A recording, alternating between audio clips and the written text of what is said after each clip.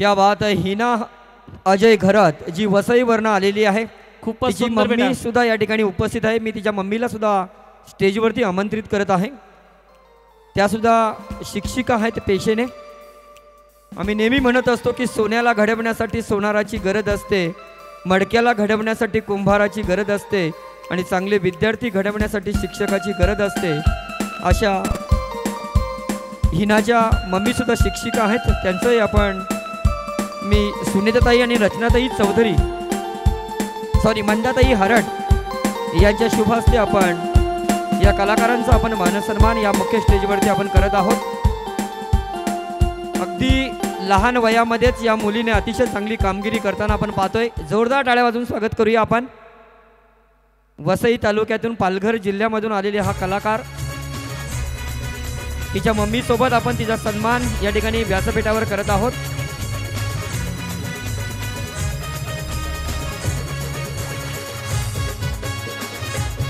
तदनंतर मित्रांनो, काल 26 जानेवारी आपला प्रजासत्ताक दिन, या दिवशी संविधान आपल्या देशाला लागू झालं. आज संविधान आपल्या तोंडपाठ असलेली संविधानाचे कलम पूर्ण पाठ केलेली एक विद्यार्थिनी जिल्हा परिषद शाळा चाणे इथून आलेली आहे. स्नेहा भाऊ पाटील, जिल्हा परिषद शाळा चाणे. ही विद्यार्थिनी आपल्या समोर संविधानाचे कलम पूर्णपणे बोलून दाखवणार आहे.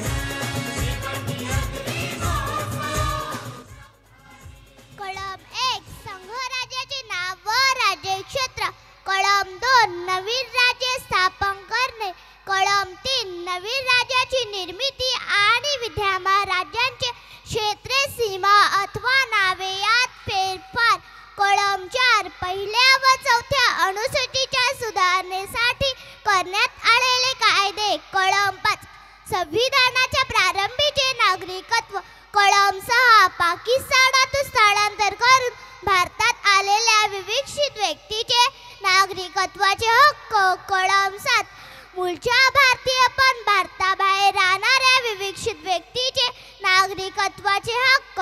कलम 8 परकीय देशाचे नागरिकत्व स्वच्छेने संपादनारे व्यक्ती नागरिक नसणे. कलम 9 स्थलांतर करून पाकिस्तानात गेलेल्या विवक्षित व्यक्तीचे नागरिकत्वाचे हक्क.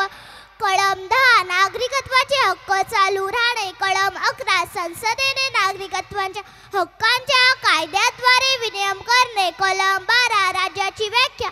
कलम 13 मूलभूत हक्कांशी विसंगत असलेले अथवा त्यांचे न्यूनीकरण